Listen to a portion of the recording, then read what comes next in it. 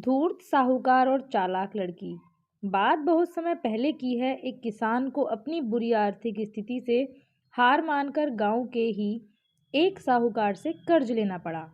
लेकिन काफी वक्त बीत जाने पर भी वह साहूकार का ऋण नहीं चुका पाया। गांव का वह साहूकार बूढ़ा और देखने में बदसूरत था।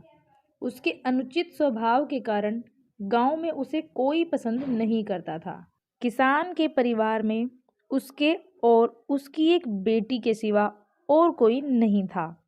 उसकी लड़की बहुत ही सुंदर और अच्छे स्वभाव की थी। किसान ने उसे बड़े ही लाड प्यार से पाला था।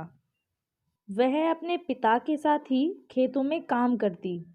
पर एक दिन उस बूढ़े साहूकार की नज़र उस खूबसूरत लड़की पर पड़ी और वह उस पर मोहित हो गया।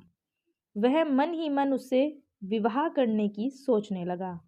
लेकिन उसे पता था कि किसान अपनी लड़की का विवाह उससे कभी नहीं करेगा। और उसे यह भी मालूम था कि किसान इस समय ऐसी स्थिति में नहीं है कि उसका कर्ज चुकता कर सके। इन सारी बातों को मन में रख वह स्वयं ही एक दिन किसान के खेत की ओर जाने वाले रास्ते पर जा पहुंचा। रास्ता छोटे छोटे कंकड़, पत्थरों और रोड़ियों से भरा पड़ा था।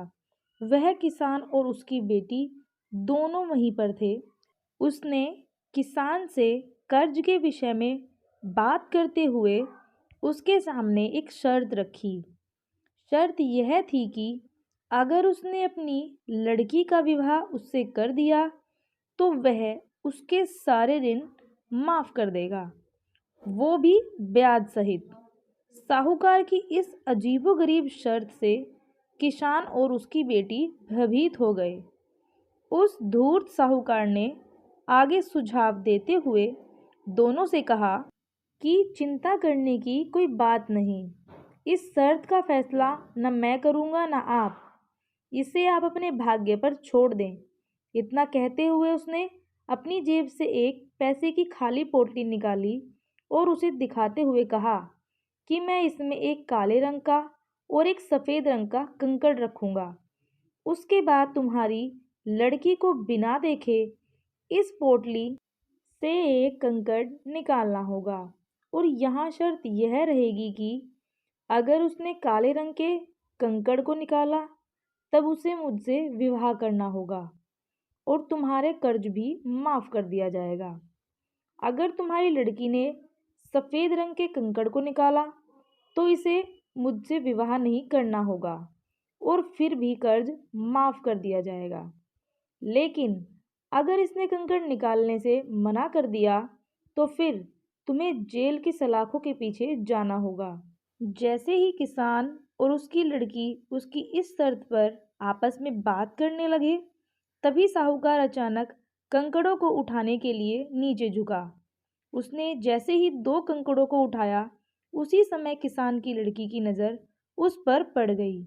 उसने देखा कि साहूकार ने दो काले कंकड़ ही पोटली में रख दिए, जबकि नियम के अनुसार होना यह चाहिए था कि वह एक काले रंग का और दूसरा सफ़ेद रंग का कंकड़ खाली पोटली में रखता। खैर, उसके बाद साहूकार ने लड़की को पोटली से एक कंकड़ निकालने के लिए कहा। दोस्तों, अब आप कुछ देर के लिए ऐसा महसूस करें कि उस लड़की की जगह आप उस कंकड़ पत्थर वाले रास्ते पर खड़े हैं। उस परिस्थिति में आप अगर एक लड़की होते तो क्या करते? अगर आपको उस लड़की को कुछ सुझाव देना होता तो क्या देते?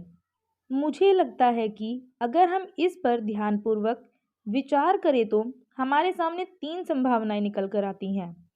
पहली बात तो यह हो सकती है कि लड़की को कंकड़ निकालने से बिल्कुल मना कर देना चाहिए।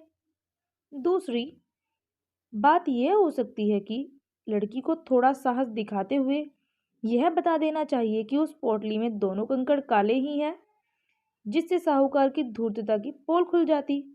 या तीसरा विकल्प यह हो सकता है कि लड़की साहूकार की धूर्तता के बारे में जानते हुए भी काले रंग के कंकड़ को निकाले और अपने आप को सेक्रीफाई कर दे ताकि उसके पिता ऋण से मुक्त हों, जेल जाने से बच जाएं।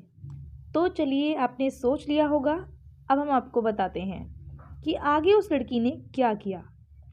किसान की लड़की ने साहूकार के कहे अनुसार ही पोटली से एक कंकड़ निकाला और उसे बिना देखे हुए जानबूझकर कंकड़ पत्थरों से भरे रास्ते पर धीरे से उछाल दिया, जिससे जल्द ही वह काले रंग का कंकड़ भी अन्य कंकड़ों में मिल गया। उसके बाद उस लड़की ने झूठा खेद व्यक्त करते हुए कहा, ओ मैं कितनी लापरवाह हूँ।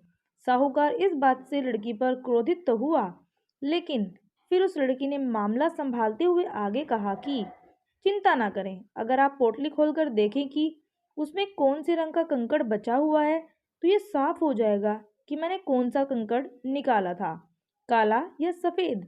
हालांकि यह तो निश्चित था कि बचा हुआ कंकड़ काले रंग का ही होगा, क्योंकि जैसे कि आप जानते ही हैं, साहूकार ने पोटली में दोनों ही कंकड़ काले ही रखे थे। तो इस प्रकार यह सिद्ध हो गया कि लड़की ने सफ़ेद कंकड़ निकाला था। अब साहूकार चाह कर भी अपनी बेईमानी और धूर्तता को प्रकट नहीं कर सकता था। इस तरह उस लड़की ने बड़ी चालाकी से अपने विरुद्ध खड़ी परिस्थिति को अपने पक्ष में कर लिया। तो इस कहानी से आपने क्या सीखा?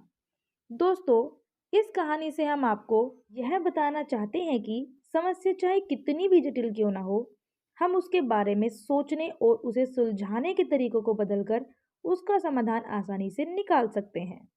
अगर आपको ये वीडियो अच्छी लगी हो तो वीडियो को लाइक कीजिए और सब्सक्राइब करना ना भूलें। जल्दी मिलते हैं एक नई वीडियो के साथ।